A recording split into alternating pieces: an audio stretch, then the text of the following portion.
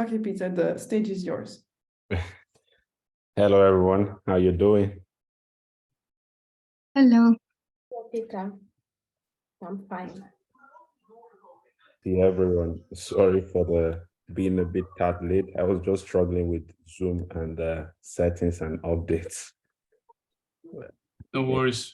So we are going to start with a short round of introduction since it's the first time most of us are seeing each other. I guess I'll go first, and then we can go through the mentors and then the mentees. So I'm Peter. I'm based out in Munich, Germany. I'm originally from Nigeria, and I'm a software engineer. I work for a consulting agency here in Germany, and I've got some experience in web development and also DevOps. So if you have any questions or need any help in those areas, feel free to ping me. I guess that's much about me. I would let Eva take over. Yeah, thank you, Peter. So Eva, pronouns she, her, hers. I'm based in Athens, Greece. Originally from Slovenia. I'm self-taught software developer. So I started learning programming around 5 years ago, and now I work I started as a front-ender, but now more full stack software developer. So I mostly work with React and Node, but also a bit of like AWS. Yeah, so very excited to be here. It's my first time mentoring, although I've done a lot of mentoring, especially women and minorities, because like as I was learning, I was like also teaching others, and like I just find that a very rewarding way to kind of learn, and also while explaining things to others, you sometimes realize that maybe you don't know things yourself. So yeah, that's just a bit about me. And Aristos, you're next. Yeah, thank you, Eva. So hello, everyone. My name is Aristos. I'm from Greece, and I also live in Greece right now in Athens. I work as a software engineer for the past 5 years, mainly with front-end technologies, some DevOps, and some backend also. And yeah, it's my second time mentoring as well. Yeah, I'm very excited, and I really hope that you will find these 4 weeks, no, 8 weeks, really useful for your career. Yes. So yeah, that's pretty much it. I will pass it to Karen to start with you.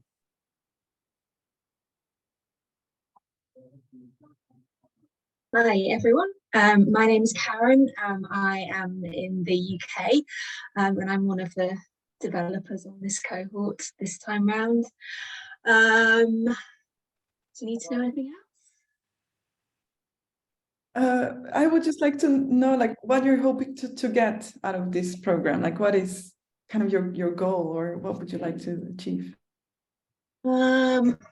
Well, I did a boot camp, a 6-month part-time boot camp that ended in December. So I think I'm just looking for that little bit extra. I think it was amazing, but it did blow my mind a bit. So I think I'm looking just to sort of consolidate everything that I learned, and again have something at the end of it to put in my portfolio and just give me that little bit extra to stand out to employers, I think.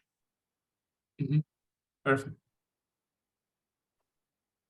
Yeah, we hope to help you achieve those through the 8 weeks with a lot more focus on the collaboration part, working with your peers, and also the communication part. So welcome on board. Who wants to go next? Maybe Cassandra? Okay, hello everyone. My name is Cassandra, and I stay in Nigeria. I just finished my boot camp this year. I started last year, and I hope to learn from this. I hope to learn how to collaborate, how to basically to learn, to up my skills. Thank you. You're welcome. Nice to have you. Thank you so much. Also, did you just finish with the boot camp recently? Yes. Oh, nice. Because I think also Sandra said she was wrapping up with the boot camp over the weekend. So Okay. I'm curious to also know how it went with the last days of the boot camp. Hi, hello everyone. My name is Sandra. I am based in the UK, and yes, as Peter said, I was doing this front-end web development with the University of Birmingham. I just finished last week, and yeah, I was like Friday. I finished Friday. Yes, and I'm very looking forward to meeting you all and start working in this lovely project. I was having a look in the repo, and it looks like we will have loads of fun building that. Great. You will, yes. Welcome on board. We have Thank you. Mike. Hi everyone, thanks for having me here. I'm Mike from Nigeria. I started learning how to code about a year and a half ago. I started with the Visual HTML, CSS, and JavaScript, and then moved on to React. And currently, I'm working on I'm using Node.js and also learning with learning the .NET framework. So so basically, those are the two things I'm trying to those are the two skills I'm trying to perfect at the moment. And then, so can you hear me? Yeah, we can. All right. So and also I've had I've been in this type of a program before. I think that ended in February, like towards the end of February.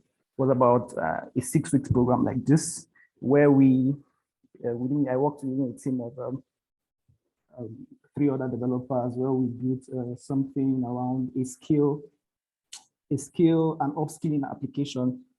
So that was a very good experience for me in terms of collaborating with people and then learning some industry, how do I put it, some industry best practices. So I'm here to consolidate on that and towards building myself more, adding to what I know, and then also, just basically learning. Awesome. That sounds really great. We hope to share, learn from these experiences you've gathered in recent months. Thank you. I'm not sure if I said the name correctly. Do you want? Yes, yes, Peter. Hi, I'm Ayu, and I'm based in the Netherlands, pronounced she, her, hers, originally from Indonesia. And I will be the Code of Conduct responder for the TCL 59. So if you have like anything to share, like anything at all, I'm one Slack away, just, send a DM or something. And expect me to come at your DM in the coming weeks to have a one-on-one chat. So yeah, I hope you all have a great time. Where in the Nice to meet you. you. Nice to meet you. Yeah, nice to meet you too.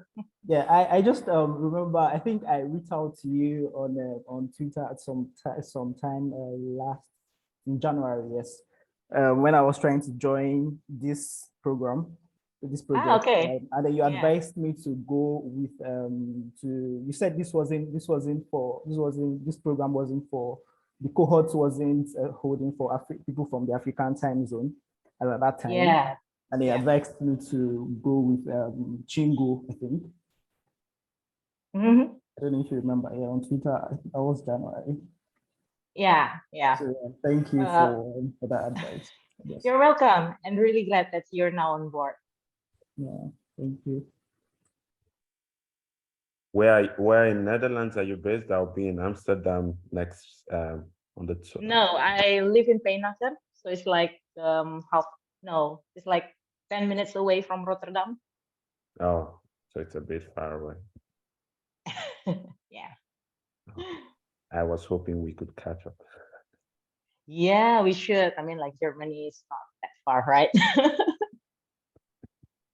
Oh, nice to see everyone finally, and we'll move on to the learning module part, and I would hand over to Eva. Yes. Okay, cool. So yeah, in every not every, but like every second weekly sync, we'll have this like a teaching opportunity. We'll try to share something that we think you might find useful. And this week I will talk about Git. Have all of you do all of you know what Git is, what it does? Have you used Git before? Yes. Yes. Yes, I have. Yes. Okay. So yeah, I find that because I am also self-taught, and I was like, I thought I knew Git when I was working on my projects, and then the second that I entered a team, it was like I realized I do not know how to use Git in a team. So because you will be pair programming and working in a team, it's very important that you kind of get that skill as well, because I think it's one of the most important skills that you will get in this program. Just like, how do you work? How do you not only write code, but communicate your changes, maybe resolve some issues, maybe convince your partners like, oh, my solution is better than yours, but like in a nice way. So like, how do you collaborate? How do you share this code repository and build it up? So yeah, that's what I'll be talking about. Git is very difficult. And if you don't get it, it's normal. Like there's really experienced developers that still struggle with it. But luckily, there's a limited number of commands that you will always use. So it's like 95% of the time, it's always the same commands. And this is what I'll be talking about today. And just the last thing before I start, like if you have any questions, just like, this is a very informal, relaxed environment. So like, just don't be afraid to interrupt me if something is unclear, if you don't know how like you would use this in your context, or you need like more examples, just let me know. Because what I would like you to get from this session today is like, how can I use what I learned today in my project, maybe already tomorrow, right? Okay, so I will now share my screen. I think this should work. Okay, can you all see my screen? Yes, okay. Yes. Git, and specifically how to Git at Collab Lab. So like we said, Git is about collaboration, and today we'll cover some of the most like frequently used commands, and I will also like try to tell you like when, in what part of your project or what part of the week, which things will be most important. But essentially we have ways of creating branches, so branches are just kind of like when we want to save our work, but we don't want to, like if you work with a Word document and there's like the main document, and then you want to work on something, and then maybe you say file -Eva, because like I want to do my stuff there, but maybe I'm not sure if the stuff is okay. So that's just what branches do. And then when we work in our flow, we have different stages. So we're adding, committing, and pushing. And then when we want other people's changes, we pull them. And yeah, you don't have to know everything just now. I'll explain this further on. Okay, just to give you an idea. Right, so Git terms, repository or repo. So like if someone says, clone the repo, do you have the repo? So the repo is just kind of like the directory of like our project that is under source control. And to be under source control, it just means that this project is able to track changes. So just like when you go to, I don't know, like Google Doc, and someone like creates changes in comments, and you can see when they did something and what they changed, and maybe they fixed a typo. Git is kind of similar. So it's able to track different versions of every every file in your project. So that's a repo. The remote, and again, like the language here is maybe not intuitive or logical sometimes, but you just have to kind of accept it. But the remote is, as opposed to your local version, the remote is the version that is shared. And normally the remote lives in either GitHub or Bitbucket or GitLab. So there's different platforms, but here we'll be using GitHub. But yeah, the remote is like something that is not local. So branch, as we said, is it's like kind of you branch out of the main repo, and this is like when you have an intention of introducing some changes. So when we work, we never just push, we never work on the main on the live version of the project. We always kind of branch out and work on the new changes in isolation. So that's a branch. And then a commit is just like, again, different people have different ideas about what a commit is, but it's kind of like a logical unit of work. So like when you change something, so for example, you have a form and now you added a button, you want to save this kind of, you know, like you would in a Word document, you want to save this. So you do a commit, and this is kind of like a little unit of work that you've done. And then lastly, the pull request is, again, pull request. The language here is funny, but in GitHub, pull request just means that when you've finished with the changes on your branch, so for example, you added this awesome button to the form, and now you want this button to live on the website, you do a pull request, which just means that you have an intention to merge this to the main work. And a pull request normally involves reviews from other team members and maybe some comments and maybe some requests for changes. So it's more like a beginning of a conversation. So it's like, hey, I'm ready, like I did this work, what do you think about it? That's a pull request. Do we have any questions so far? Real good? Yeah, good. Yes, nice. And then this is kind of just like a visual representation of, and it is add a button of how you would work. So like the main branch or like the live version would exist along with your work, but you would kind of work in isolation, and only when you're ready, you would then merge it back to the main branch. But like this is like, if you imagine a tree, there's like the main trunk of the tree, which has the live version of the website, for example. And then the branches are kind of things that have changes, but at some point they kind of join back to the main tree. And that's, yeah, so there's merging and trees and branches, yeah. Yeah, so if we go specifically to the commands that we talked about, and this is something that you will do possibly, like it's the first thing that you will do once you have been given your issue, like the task to work on. You will want to create a branch. And this is this second line, the create the new feature branch. So this is the command git checkout. So it's like git switch, or like go to like go off the main, and this -b just means branch, and then new feature is the name of the branch. So you could say -b new button, or add something, or yeah. So you're free to name the branches any way you would like. However, one thing that I would like you to keep in mind is that when you work in a team, everything is like documentation, and everything is smoother if you're very clear with your intentions.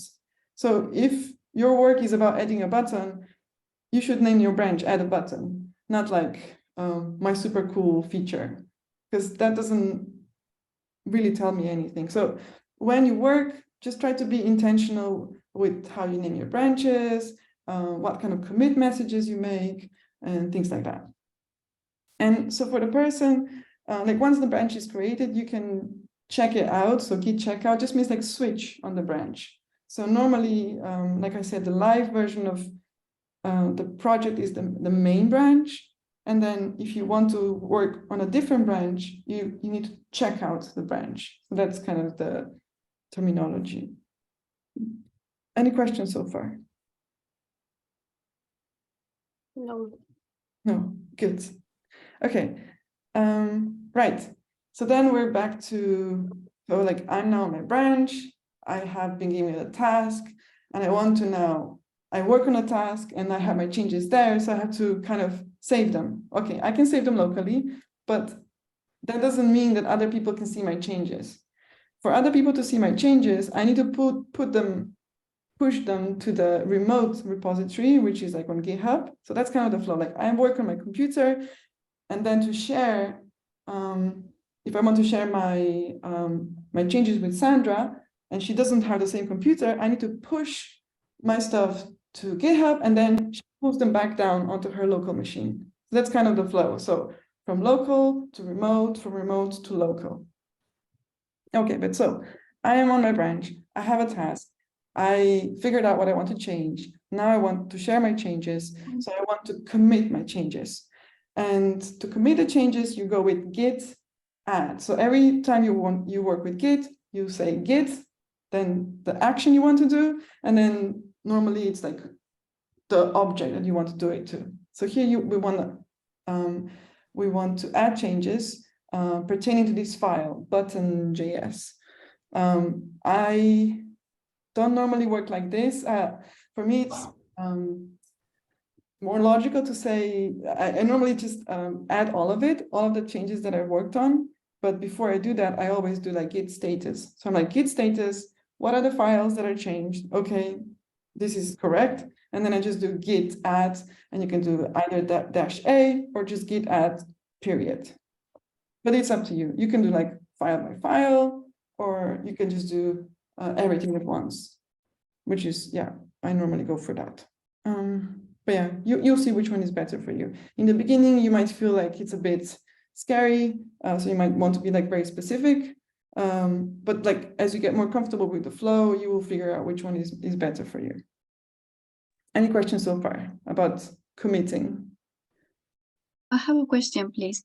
So the option git add space dot, what is the difference with -a? It's the same. It's the same. It's just, yeah, another option. Thank you. Yeah, but so for me, it's kind of closer, like that dot is just very close to enter.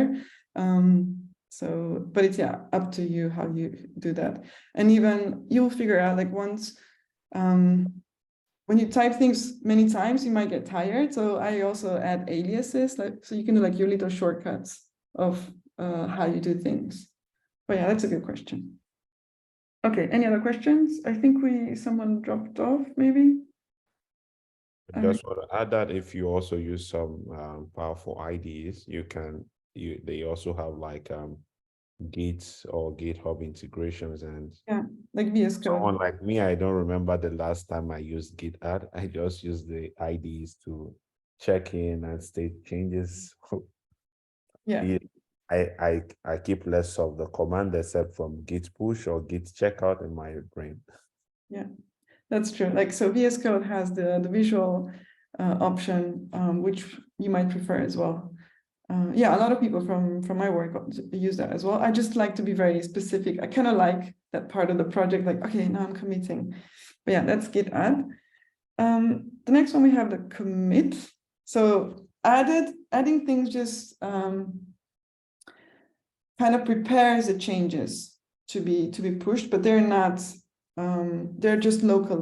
We only have them locally.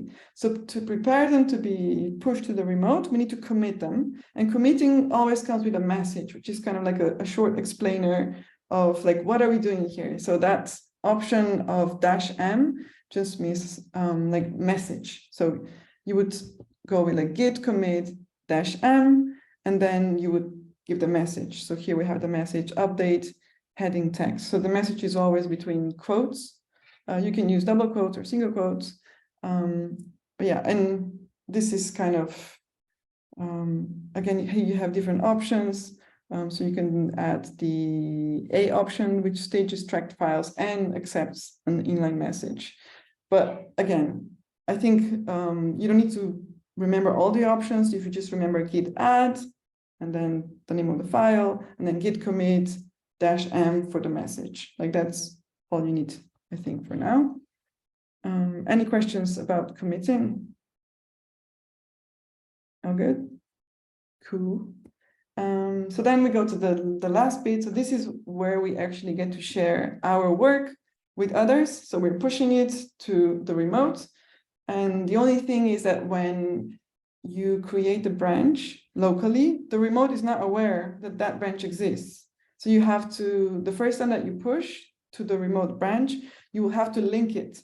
And that's this git push -u, that's upstream, and origin, cool feature. So that's, I never remember how to do that. I always copy it from like, we have Cassandra coming back. So for me, like, still, I have to copy it every time I need to do it because, for example, in my recording in progress. Hello. Hello. Hi, Cassandra. Welcome back. Yeah. So when you try to push for the first time and you haven't like set the connection between your local branch and the remote, you will get like a helper message as well. So you can also just copy it from there. But yeah, so you just remember the first time git push won't work. You have to first link it, your local branch in your remote. But in all future pushes, you just need to do git push. So you do git add button file, git commit with a message, change the color of the main button, and then you do git push. And that change that you had locally will now be in the remote, but in the branch. So if your local branch was called add button, now the changes will be on the remote repository add button branch. Does that make sense? Any questions so far? Everyone clear? Sorry, I didn't get the -u. Well, what I normally, so far I understand is like, we make any changes in our branch and then we want to merge, let's say, yeah. So I do git add, git commit with a message, and then I do git push origin the name of my branch. And then I just go to GitHub and do the pull request, yeah? Perfect. That's perfect. That's it. Yeah, but what is the -u? So this Sorry. -u, you only do it the first time to make the remote branch aware of this new branch. So you're linking your local add button branch to your remote add button branch. So you're kind of syncing the two. So you're saying my local work of add button will now live on the remote add button branch. Okay. And you only need to do this when you git push for the first time from your new branch. So just saying like the link. So git push origin my branch and then git -u. No, so you just do git push -u origin my branch. And this, Okay. yeah. So that's just like setting up, and then you do git push. Every time after the, I mean, just once, yes, git push, just that. Okay, Setup is done thank you. only once. The setup with the -u is just done the first time, because afterwards your local add button branch and your remote add button branch will be synced, as in they will be aware of each other. So Okay. you will do git push, and Git will know where you want to push. But the first time it doesn't know, like where do I do this? Where do I put this button changes? And you're saying put the button changes to the remote repository add button branch. Thanks. Yeah, good question. Cool. Let's go if, yeah, things are clear. Push. And this flow is now, so let's say I pushed my changes and I merged my changes. So my add button changes are now in the remote main branch. But Sandra or Cassandra, you don't have the changes, you didn't work on the changes, so you want to get them back down. So your main is a little bit behind. So you want to get the latest changes from main. And to do that is you first check out the main branch, right? Because maybe Cassandra is working on her, I don't know, update links branch, right? And she wants to update her main, because it's always good to have your main kind of updated so that you have the latest changes. Because maybe you will also need to test it. You want to see what other people are working on. So you need to always first check out the branch.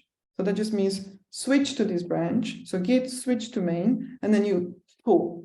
So push is when you push your local changes to the remote repository, and pull is when someone needs some work and you want to get the latest changes down to your local. So from remote to the local. So it's like push and pull, which, yeah, again, the language is funny, but that's kind of how it works. Do we have any questions about that? Nope. Cool. Okay. We're I almost have there. a question, Yeah. sorry. Yeah. When you are done working on your own branch, how will you now find out that the remote branch is not the same with your own? That will not make you to pull it. Will you have to go back to the repository to check whether they are the same with yours? That's a great question, because if you just work in a terminal, again, like if you use VS Code, it might signal to you that there's changes. But me, when I work, I don't know that there's new changes. I don't know what people have worked on after me. So for me, it's just a habit that I keep updating. I go to main and I just git pull, and I see, and it will tell me like, oh, you already have the latest changes, or it will download the latest changes. Like, it doesn't cost anything to do that, and it's a good habit, because it will help you also avoid conflicts, or maybe doing the same work twice, because you will think, oh my God, someone already did the changes, but they're not here, so I need to do the changes again. But it turns out you just didn't pull them down. So I think it's a good habit to go like once a day and just see, especially if you know that people have been working on stuff, or you know that pull requests have been made. It's a good habit to just like, okay, update my main, see if anything has happened. But it's a good question. Sorry, if I can add something. Sorry, it's raining here, so I don't know if you guys can hear me. Yeah, we can hear you, Mike. Okay, so usually when you're working with somebody, you're collaborating, they let you know what a new feature that they've added. So, and they tell you that you should maybe do a git pull before you work on your own feature. And then sometimes also you get a notification or something in the terminal or on GitHub telling you that your branch is a little bit behind, that you need to do a git pull to update your own branch before you work on it, something like that, I think. Yeah, that's a good point. But the most important step is that before you create your new branch, that you have to make sure that your main is up to date. So, because it could happen that someone had a pull request and they merged their stuff to the main. Then I don't know that. I forgot to check. And I want to work on my add button. But then I am branching out from old main. So it doesn't have the latest changes, which means that my branch will also not have the latest changes. Now that can be fixed easily, but it's just a good flow that before you create your new branch, you always first git pull, make sure that you're on the latest copy of things, make sure that you have everything, and then you create your new branch. Does that make sense? Yeah. Okay, perfect. Good. And then, yeah, as we talked about pull requests, so in GitHub, so that's the language, is when you're ready to kind of merge your changes into the main, you will create a pull request, which is like it can be done in GitHub UI. It can also be done from, for example, VS Code. But here, I kind of like to do it in GitHub. You will just have to fill out a couple of, I like to put like a nice description, because as we said, when you work on a team, being very intentional and clear is always good. So it's nice to put in the description like a quick summary.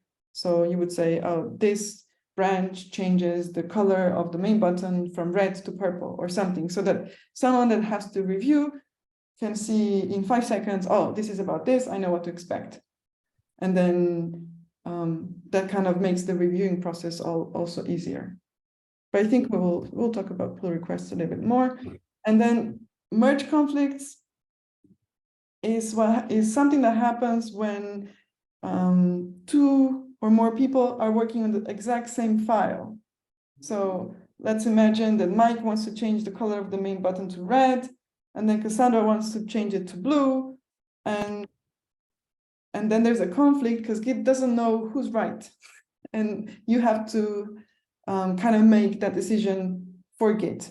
Now, conflicts possibly will happen in your next 8 weeks, but they're nothing scary, and you need to know that when you're in Git, most likely nothing will ever be lost. So Git, like we said, is version control, which means that you can't destroy anything, nothing will be lost. So even if the conflict doesn't go well, or you do something wrong, or you break something, there's always a way to get that back. So you shouldn't worry about it too much. And I don't want to, like, it's hard to be very specific about the type of conflict that you will have. So when it happens, you can try to resolve it, or one of us mentors will help you resolve it. Because I remember when it happened for the first time, and I was working in a very large repository, and I was like, what is this? Who did that?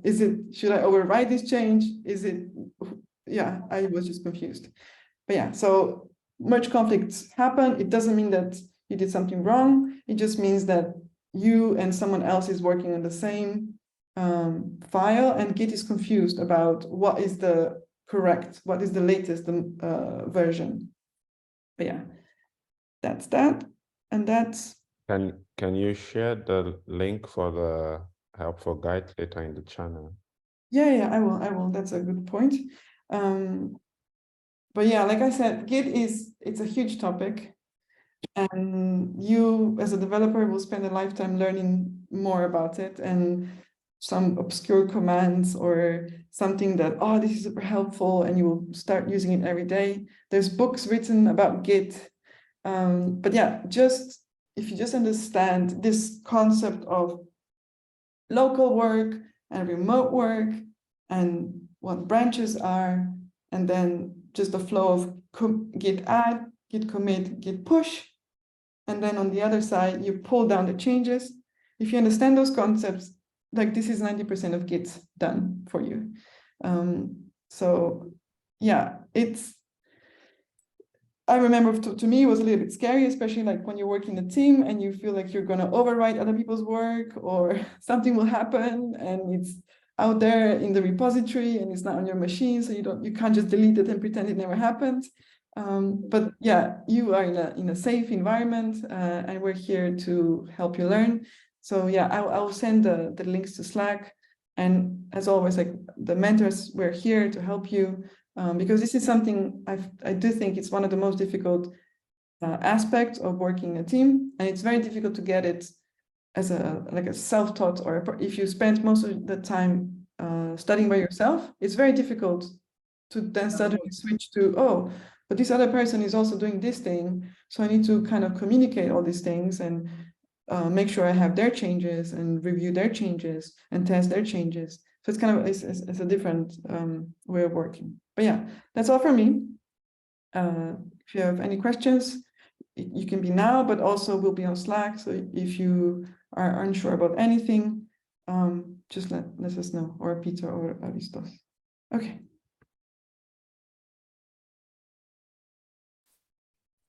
So thank you, Eva, for that walkthrough. Any final questions before we move on to next? I have one, sorry, again, about this Git. I just always confused with something. Like, let's see, for example, I'm working on my branch, and I'm doing some changes there, and someone just merged some other changes. At this particular time, should I pull this latest changes, or should I, and before, and also, should I do before that? Should I git add, git commit, or should I just pull them and then continue working? I can't get that. That's a great question. So it's up to you, and it depends also of the changes that were introduced while you were working on the branch. So if the change is maybe impacting your branch in a way, and you need to have it, you can merge the changes to your branch as well. So the flow is, okay, you are on your add button branch. Someone has just updated the remote main. So what you do is you go check out main and you pull the changes. So now your main is updated. So step one is you update your local main, and then you go back to your branch. So you git checkout add button, and then you git merge main. So you merge the changes from main back onto your branch. I usually use rebase for that, but yeah, you mostly use Rebase for that, but it's the same to main actually. I think we can talk about this in the future. Two different concepts, but to not confuse you, to say I want the changes that have happened in main while I was working on my branch. I want them now on my branch. To do that, you first update your local main, and then you say git merge main, or is that the other one? Git rebase main, git merge main, and that will give you the most updated main onto your add button branch. And this is sometimes where also the conflicts happen, because it could be that in the main, someone was working on the homepage and you're working on the homepage, and then Git will be confused as to the order. And that's, when something this happens. Now, the other option is also if the changes are not relevant to your work, the other option is that when you do the PR, after you've pushed, the last step is to update your branch, and this can be done from GitHub as well. Like to say, okay, before I merge my add button changes to main, I want to make sure that first I have all the main changes on my add button, and you can do that as kind of the last step of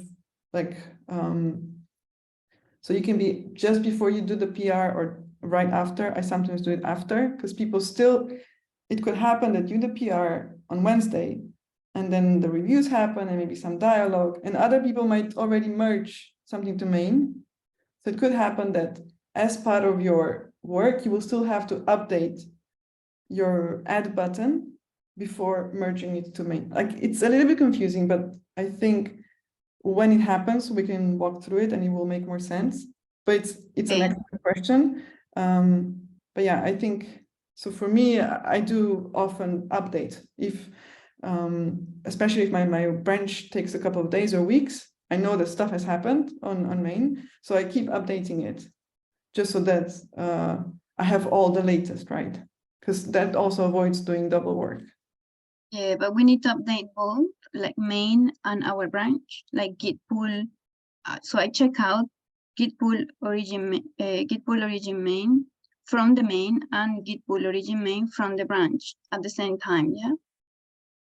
So you go check out main, and then you do git pull, and that will, because main, your local main will be synced to the remote main. So it will just know when you do git pull from your local main, it will know to go to main. So it will just do main changes to my main changes. So normally your local branch, so add button branch, is connected to the add button in remote. The same as your main branch. Main is just a branch, like add button. It's no different. We just decided that main is the center, but your local main is connected to the remote main. So when you're in your local main, you do git pull. Okay. You get from the remote main. Then you go to your local add button branch, and you merge the latest updates from main onto your branch, so that your branch has your new work, but also the latest updates from main. Okay. Okay. I think you could also do the gate pool from your feature branch.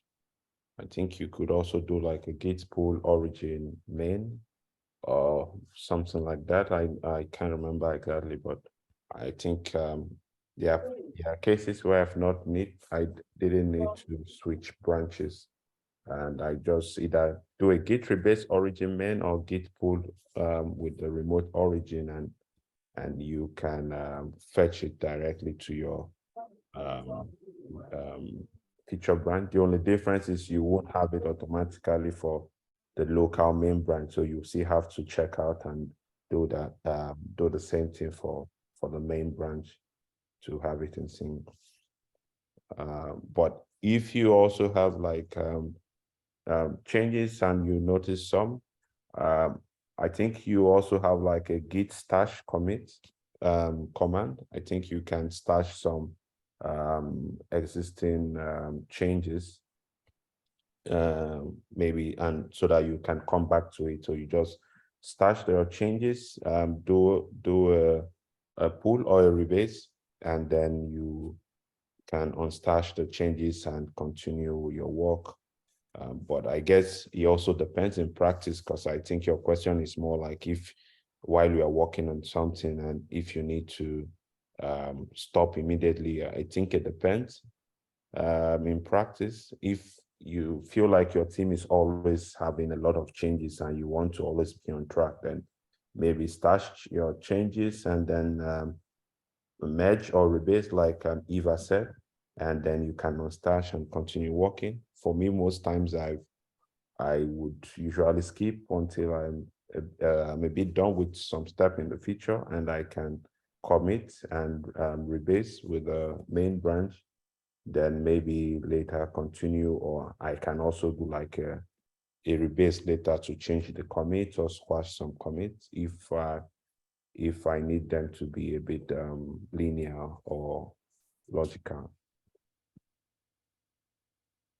Okay, so when you say stash is like git add, right? Only git add. No, there's a git stash command. I've actually rarely used it. So I think there are some times when you do a git pull on your branch with changes, it will tell you you can't apply the changes, that you should consider stashing it.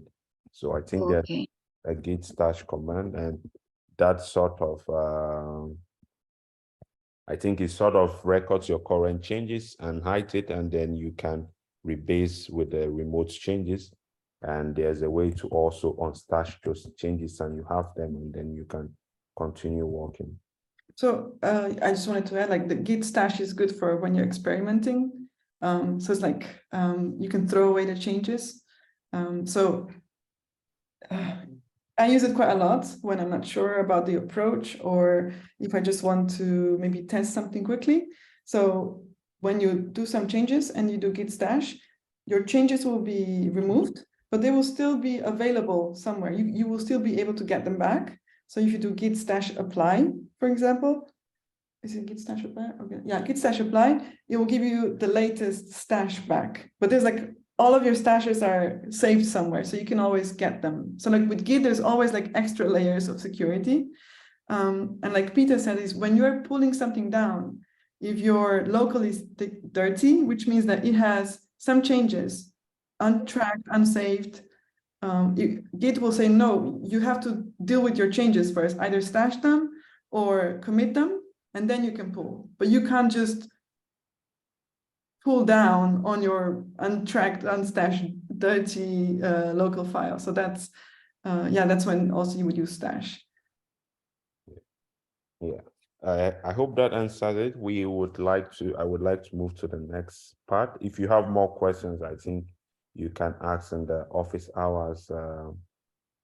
I think that's done by Aristos. So if you have more questions, you can compile them and shoot at him when he's there. Thank you. You're welcome.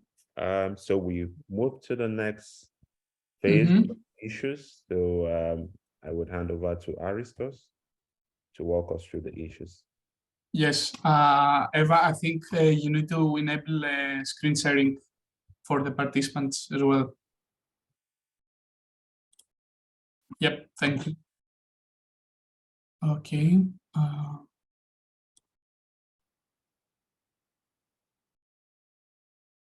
Can everyone see my screen? Yes, we can. Perfect. So this is our repository where we will be doing all our work. You can go read the README file if you haven't done already, and you have anything you have to get your to get the project running locally. But if you need any help at all, just let us know. So let's go and see what will be the first tickets for this week. So 1, 2. How can I find? No, one moment. Yep. Okay. So first, the first ticket, the first issues are generally easier to to ease you into the project. So the first one is that as a user, I will read the names of all the items in my shop list. So I won't just read the summary. You can just take a look. The most important though thing to remember is that we need the most important aspect of the application is to read the items on the shopping list. So we have some acceptance criteria on what you need to do. So we have the stream list items function, which is in app.jsx. You will just need to get the items in the current list from the Firestore database. So you will have you will introduce yourself to the Firestore, and then you just need to pass the list in the list component with the prop name data to show the items. And finally, use the list item inside the list.jsx to display the data. So yeah, that's for starters. You don't need to do any heavy styling with CSS, but if you want to take a look at the wireframe, you can just get some ideas on what the list can look at the end of the project, but that's just a template, and you can be as creative as you like with the project and the appearance of the application. So yeah, so you will also see what steps you will need to take to to display the item details, and that's the first issue. Any questions? Great. So I will move. Sorry. Yeah, Mike. So I noticed that on the wireframe we can't make an edit to any item we add to the list. We can only view the details and then delete it, and also update it by checking. But then say maybe we spelled something wrong and then we maybe need to correct that. We don't have that. No, you will see that during the project that all the things that you will have that you will need to do. But you see, you have the option to check or uncheck the item. So I'm not sure, but I think that you will not be able to edit the item once on the list. You will have the option to delete it and check it or uncheck it, depending on whether you have bought that item or not. Okay. Yeah, and just to mention the wireframes, just to give you an idea of how it would likely look. It doesn't mean that in the first issue it has to look exactly like this. So just focus on what the acceptance criteria says, and that's what your goal for each issue is. In the past, I've seen people in the first issue try to maybe install the latest React or add a lot of component, but it's usually like towards the end of the project, you'll be able to add all those features like edit or delete, and then you also have like some 2 weeks where if you have any fancy ideas you want to improve with the app, you can do those there. So if there are things you observe, like how you like to make the app fancy or more functional, you can keep notes on those. And then when you get to the 6th week, you'll be able to maybe discuss that with your peers and plan it out, but try to focus on the acceptance criteria on the notes and what you need to deliver for each issue before you look at any other concerns, so you don't spend time doing things that are outside the scope of the issue. Does that clarify your question, Mike? Yes, it does. Thank you. You're welcome. Any other questions?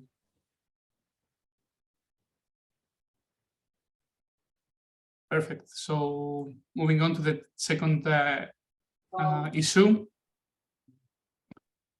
So as a user, we want to be able to navigate to all the pages in the application by clicking the links in the navbar. So yeah, that's the title is pretty self-explanatory. What you need to do, what this ticket wants to accomplish, is to navigate all the pages. You will use an HTML nav element. The pages are the home, the list, and the add item. And the links are all functions, and use the navlink component from React Router DOM. So you will need to check the documentation from React Router DOM regarding navlink to figure out how that works. I think there's a link to it in the notes. Yeah. Just in case. Yeah, maybe that's another version. Anyways, React Router DOM is just hybrid. Pretty easy. It's the standard on routing in React applications almost from the beginning. So yeah, you will, and generally the skill of going through the docs of a library that you use is really useful. So yeah, feel free to exercise that skill as well. So yeah, that's pretty much it. Any questions regarding the second ticket?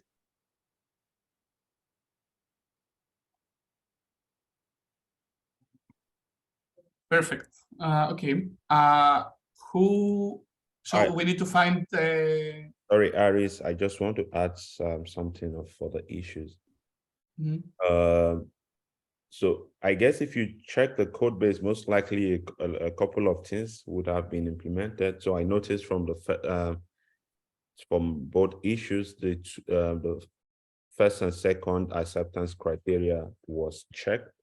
So most likely those components are already in place and you just need to satisfy the third one, but I'm not sure. Maybe it was also a mistake, because I think the first it was a mistake as well. Pardon? That's why I thought it was a mistake as well. That's why I unchecked them. But yeah, guys, when you go to the project, check if they are implemented already. I think it's only the last one that they need to do. Yes, it's okay. Kind of like a welcome nicely to this project. So the first issue is more like get familiar with the code base, get the app running locally, and then you have one issue to like one task. So it shouldn't be a big. You shouldn't have to write a lot of code, because this is more about how can I run the code, how can I familiarize myself with the Git process that we just talked about. The PR thing, work pair programming. So there's so many things that I already knew. So I think the focus for the first week is not the codes as much. Yeah, so like I think the second issue is just like would be more like adding the nav link to navigate there, while in the first issue there's no nav link, and then you would just have to render the list item. Then when both issues are merged, then you are able to see the list item and you are able to navigate.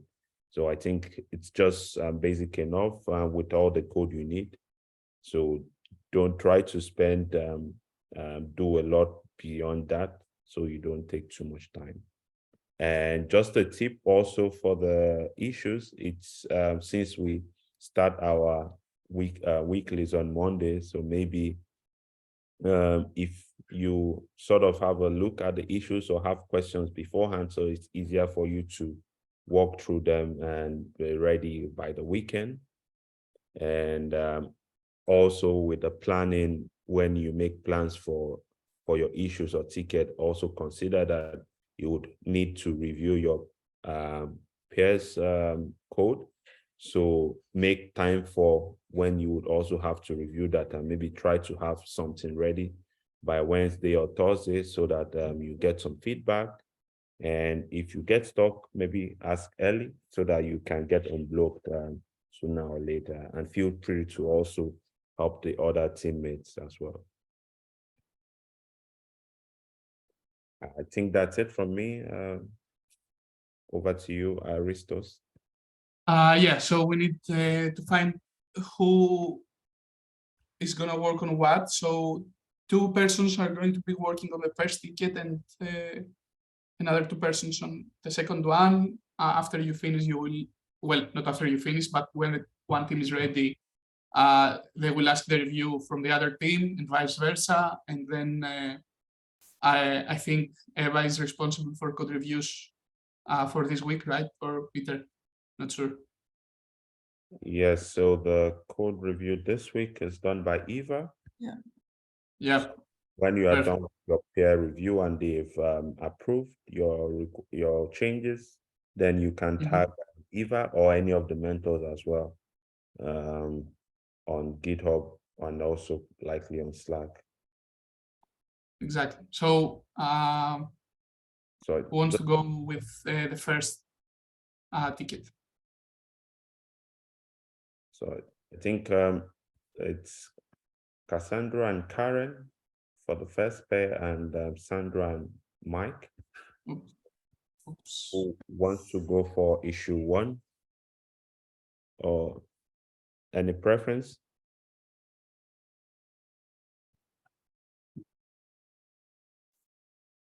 You also have the ability to choose which you exactly try to work on within yourself. So, but if you have no preference, we can just assign you to something. Yeah, we'll randomly assign to Cassandra and Karen this one.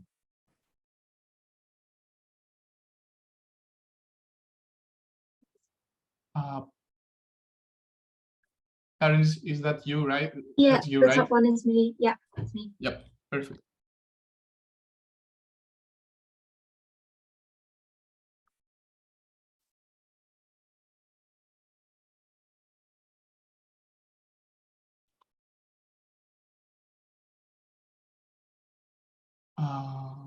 Yeah, the second one. Yeah. Yep. Perfect. Okay.